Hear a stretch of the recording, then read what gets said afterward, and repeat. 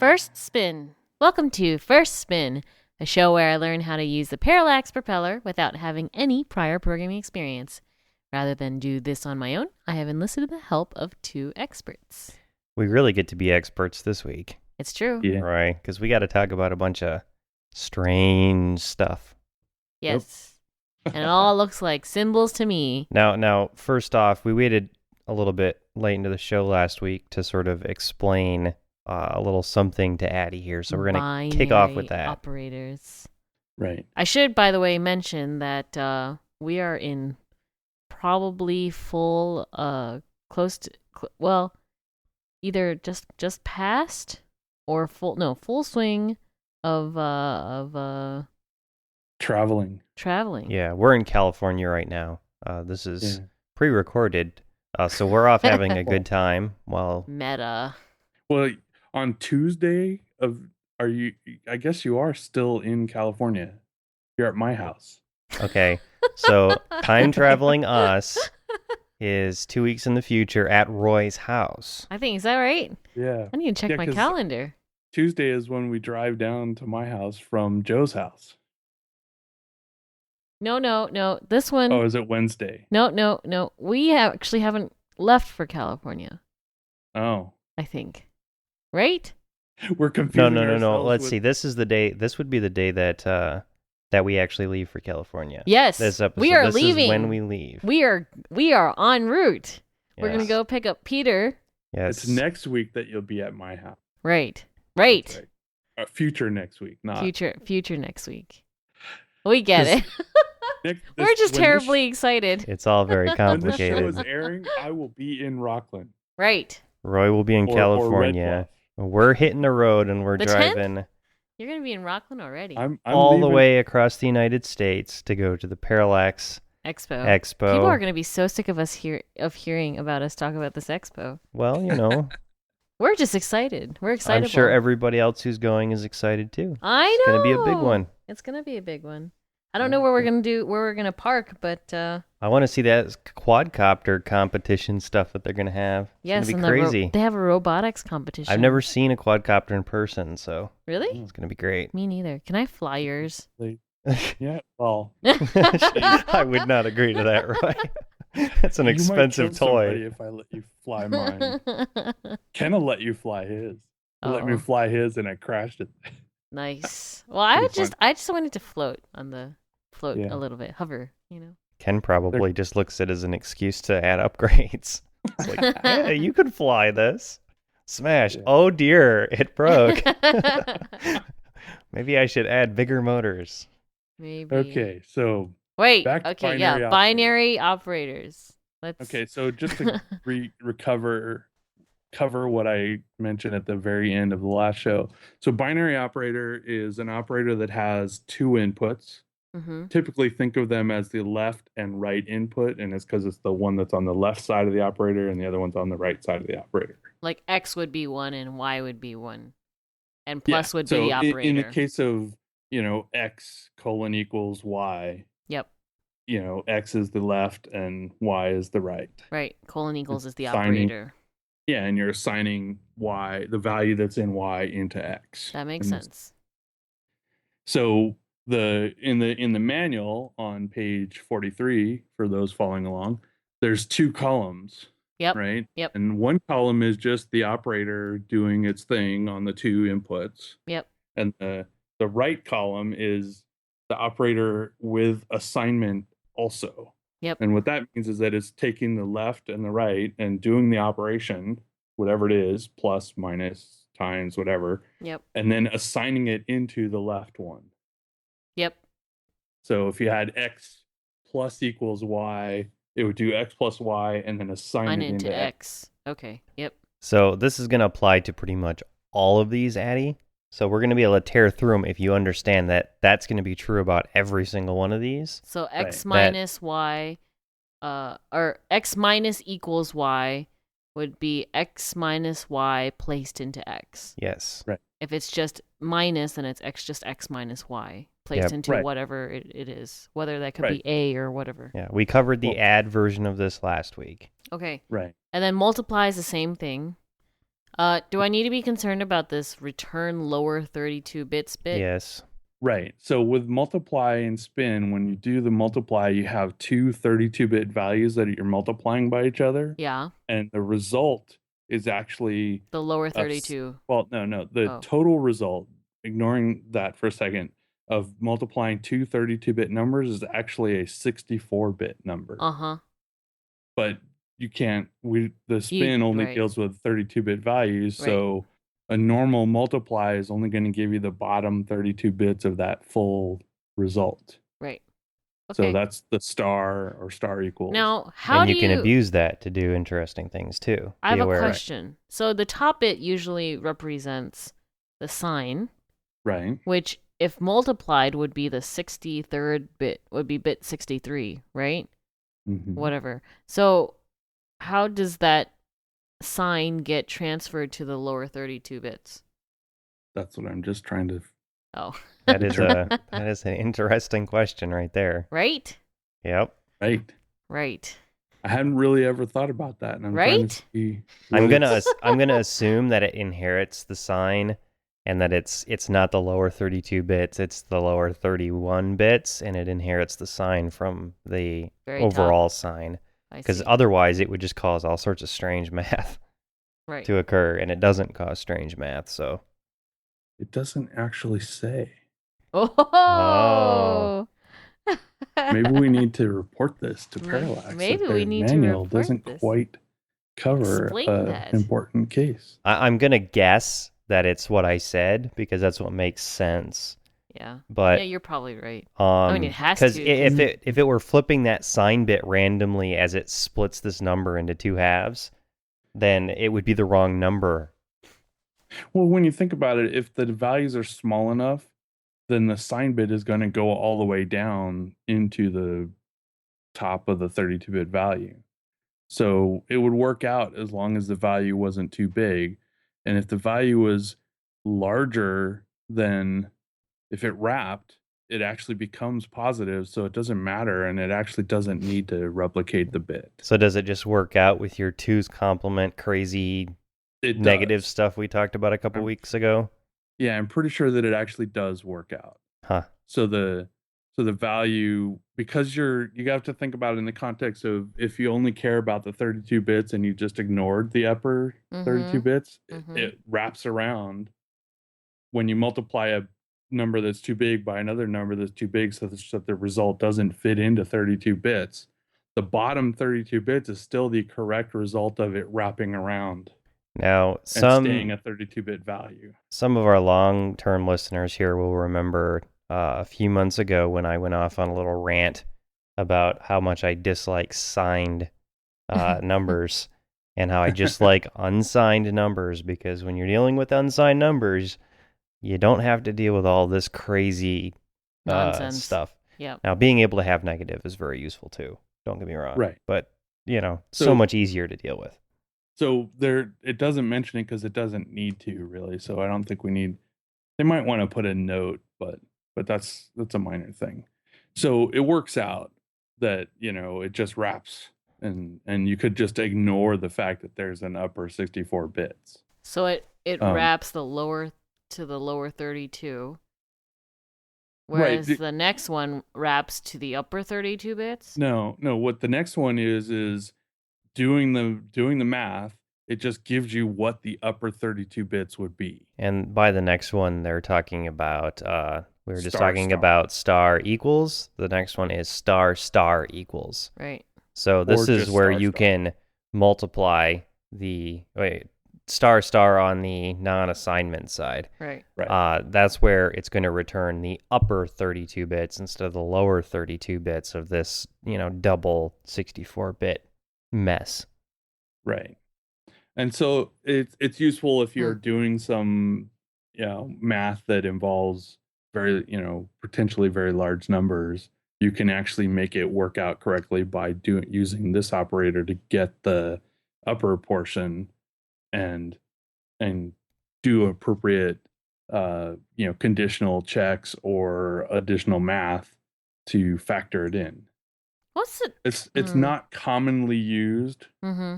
to use this star. I mean, I don't think I've seen it more than once in code to get the upper 32 bits, but sometimes, when you need it, it's very handy to have. Yeah, it's one of those sort of things where you're thankful it's there and you hope you don't run into having to use it. But if you do, it's, oh gosh, makes your job so much easier, because otherwise what would happen to those bits? They'd fly off into space completely useless. You'd never be able to use them. The best you'd have would be like access to a carry bit or something like that, right? And of course, this is only in spin because we don't have multiply an actual 64-bit result. So it just is doing some work to figure this out. Okay. I might just play around. I might just play around with it and see what happens to the numbers. So yeah, well, it's just like if you have a really big number, like if you had the maximum positive signed value you could have, the 2 billion, 100 and whatever. Yeah. If you multiplied that by 2, it won't fit in a 32-bit number to be positive. What'll actually happen is it'll wrap around, right? And you'll get 0 or something. But what's really going on is that upper 64-bit, the upper 32 bits, has a 1 in it. Yeah. And it's because it's the upper section. You actually have to, say it's multiplied by 30, 2 to the power 32 with that 1. So that's all that's what that means, right? The upper 32 bits is just the number will be how many times you've wrapped, essentially. Okay. I will take that. I'll accept it. And then divide. This is so x divide equals y means x divided by y placed into x. Right. Okay. And the same thing with just the modulus is the remainder of a divide. So if you had 5 divided by 6, modulus is like the best thing ever. 5 divided by 2. Well, 5 divided by 2, okay? So you get 2 and there's a 1 remainder. Yeah. Modulus will give you the 1 as the remainder. Oh. And how I always explain modulus is kind of like Pac-Man. Yeah. You know how you steer him out one side of the screen, he comes right back in the other? Yeah.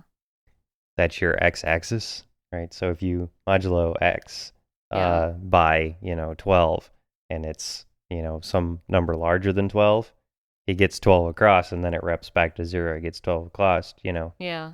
So that's what it does. It's an easy way to think about it. But this is how it actually works. It does the divide, and it returns the remainder instead of... What do you do with the remainder? The result. Well, say you're generating a random number with your question mark. Yeah. And then you do absolute value on it to make sure it's positive. Yeah. And then you modulo it by 12. Yeah. That's going to give you a number between 0 and 11, right? Right. Okay. So you're taking a number from negative 4 billion to positive 4 billion. Is that the range we're talking about? No, 2 billion. 2 billion. Minus 2 billion. So, again, I'm used to unsigned. So, negative 2 billion to positive 2 billion is what your question mark spits out. And you absolute value that. Now you know it's positive, whatever it happens to be. And then you do modulo by 12. You divide it by 12. And instead of it giving you the division result, it gives you the remainder, which is always going to be a number less than 12. Yeah, that makes sense. Yeah? Right. Yep. It's so useful. Yep. It's very handy. It's very useful in things like encryption, too. Yeah, right. I believe it. Okay. Yes, I get it. Limit minimum. So the limit operators are saying whatever the value you give it, limit it to that value, to the value on the other side of the operator. Oh, I didn't know the prep could do this. Cool. So let's do an example. So if you go click on the page there, 155, it has an example. X : y plus 21 limit maximum. Well, limit. Let's do the minimum one first. I went to the maximum. So X : y minus 5 limit minimum 100. And what that's doing is saying subtract 5 from y, limit the results to the minimum value of 100. Right? So it means that the value that gets assigned into x is going to be 100 or greater because the minimum is 100. I see. So in their example, like they say, okay, well, if y is 120, then 120 minus 5 equals 115. It's greater than 100, so x will get set. Yep. But if y is 102 in this example, the result of y minus 5 is less than 100. So just set it to 100. But 100 is what will get assigned. I see. I've always had to do this manually in other languages, so this is handy. Yeah, it's really handy in Spin. They have this limit minimum, and then limit maximum is the other way around. It's if the value is greater than the maximum value, set it to the maximum value. It's really useful for things like when you're trying to do bounds in nth dimensional space, like you've got, say, one line that you're bouncing something back and forth along, and the lower bound of it is 0 and the upper bound of it is 100. Mm-hmm. Normally you'd have to go, if the position on this line is less than 0, then the position equals 0. Mm-hmm. But with this, one line. One line and you got it. Right? Yeah. And it's one operator. You could literally just do x limit minimum equals 0. Interesting. Right? Fancy. Because you can add the equals on and do it all in one operation. Right. Interesting. And the maximum being the same. It's really handy for like limiting a variable to a specific range, right? Mm-hmm. Or say you have like an LED that you're fading in and out between, off and on, mm-hmm. but you want it to fade in, but you don't want it to power the LED with anything less than 20% of the output. Mm-hmm. So you could limit minimum 20 on it. As the variable's counting up, it will always output 20. Mm-hmm. At least 20. Yep. And at least 20 until it gets over 20, then it'll start going up to 100. Right? I get it. Yep. Or whatever. Very handy. And it just keeps, like I've done that to keep an LED from going completely off, like a limit minimum it, even though I'm counting up and down. I think it looks better to not go, in some all cases. The way off. Yeah. And then you can do like those fading in and then fading out, fading in, because it doesn't always have to go to 0 then. It can just go to like a dim state. Right. And that's using limit minimum and maximum together. Very handy. Okay. So the next couple, it's actually easier to explain the standard shift before we do the arithmetic shift. Okay. So shift left and shift right. Yeah. I think Eddie's actually used these a little bit. I think I've done it, but refresh my memory. So what this is going to do is take whatever your variable is equal to and bitwise shift the bits, however many you tell it. So let's do a 4-bit number. 1111. Well, if it's all ones and you do a shift left, it's going to shift the ones up and fill in a 0 at the bottom. So 1110. Right. And then if you bitwise shift right, it'll be 0111. Right. Now that's for the regular shifts. Right. Now the arithmetic shift right, which there's only one of those because it only matters from when you're shifting from the right, because the sign bit is all the way at the top on the right side. And so what arithmetic shift right does is it fills in with whatever the sign is at the top. So if it's a negative number, it will stay negative. So in the case of your 4-bit number with the 4 ones, if you do a shift right, it's going to stay 1111 because it's keeping the sign bit. Now, does the sign bit shift down like you said, or does it fill in a 0 after? No, it doesn't go 1011. No, it stays. It takes the bits that are there and shifts them over and fills in with a 1. Gotcha.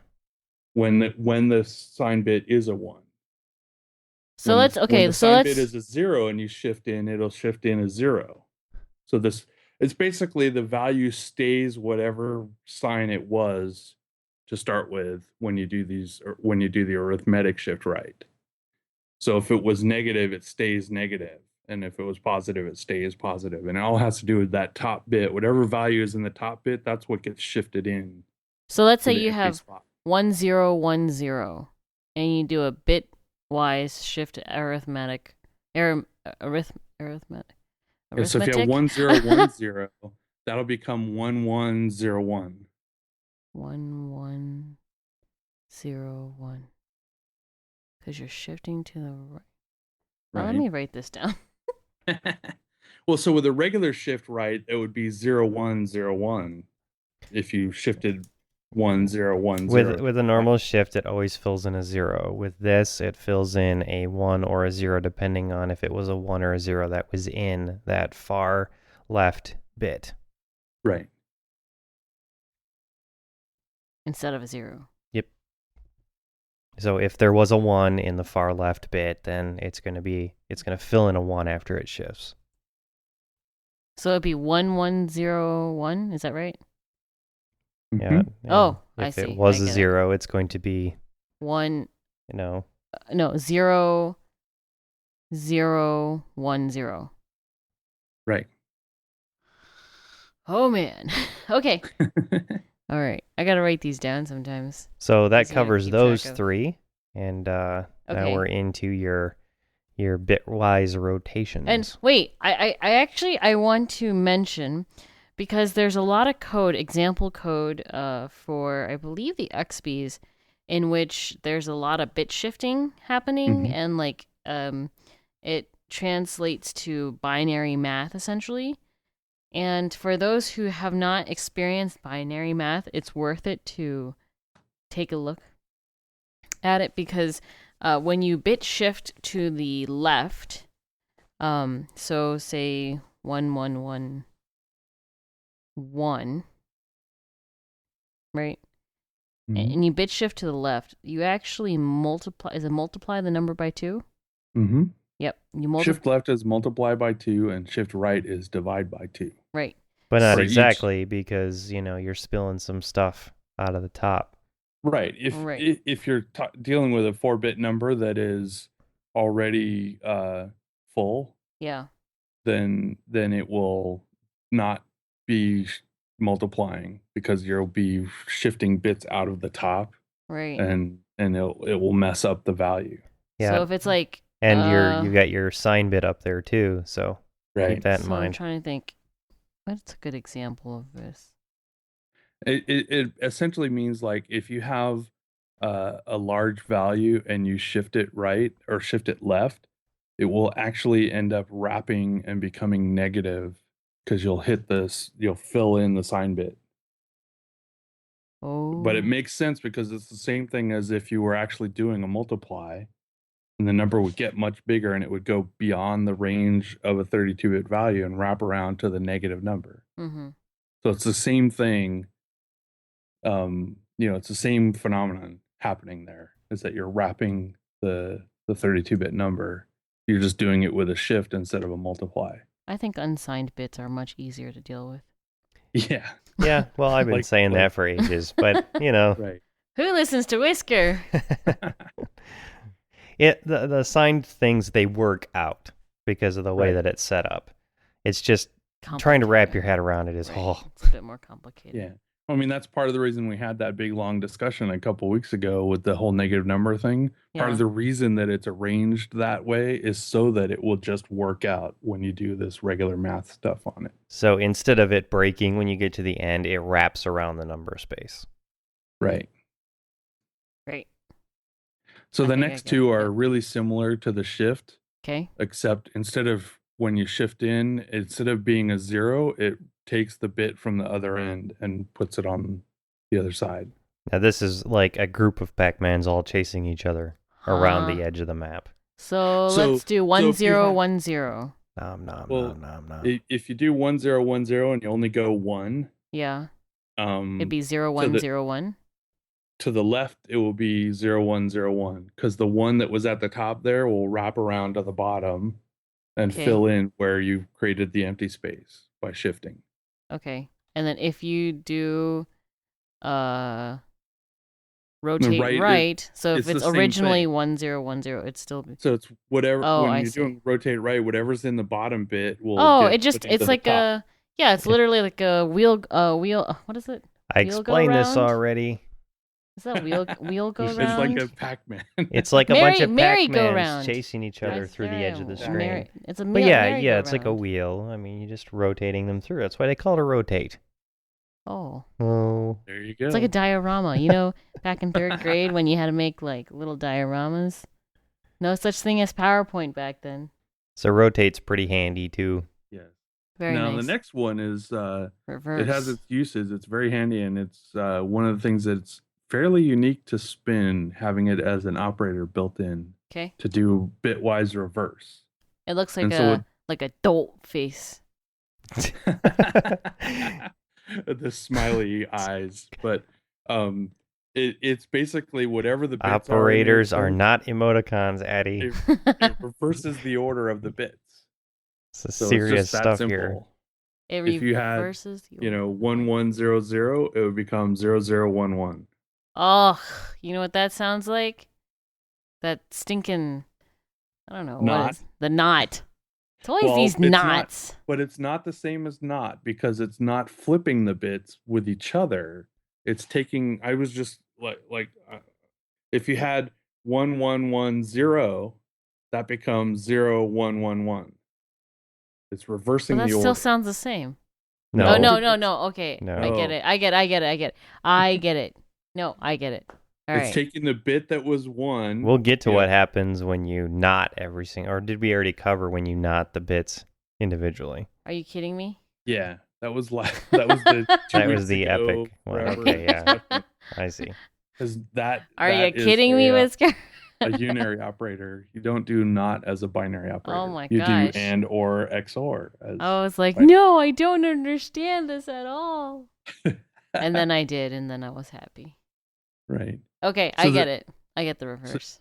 Okay, so the next 3 are and or and XOR, which are bitwise.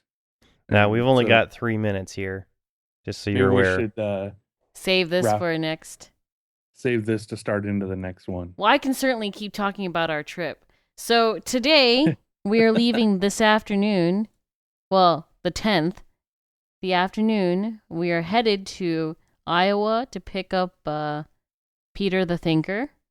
And then we're going to go to Grand Island, Nebraska. Putz around there, hopefully find some cheap diner burgers for Whisker. Nom nom. Yeah. Nom nom. And Nom then noms. I'm going to be like a Pac-Man going across the country from diner to diner. It's Tell true. you what. It's true. And then we're going to make our way to Salt Lake City. And hopefully I'll get to drag race on some salt flats. That should be highly exciting. And then from Salt Lake City, we're going to make it to Rockland. And I believe... We're going to go through Donner Pass. I'm going to try to eat Addie, but she's kind of... I don't understand it. What does Donner Pass have to do She's probably with? going to beat me up when I try to bite her. What does that have to do? Well, Peter Didn't you might be read distracted. any history about the Donner Pass stuff? Nope. Why it's called Donner? Oh, well, Nope. maybe you should. Maybe go, a guy take named some Donner. Maybe a guy named Donner passed by. He did. He was more full when he got down, but he had less family. history. Yeah.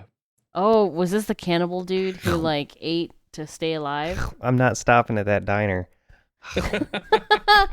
It's people. It's people. Gosh, Soylent Green has never been so Don't spoil it for everybody. so alive. Everybody knows.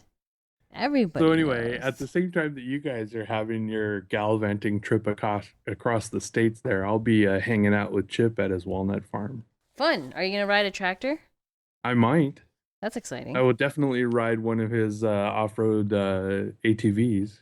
Oh, now, fun. Chip's the guy that designed this chip that we're always talking about, you know.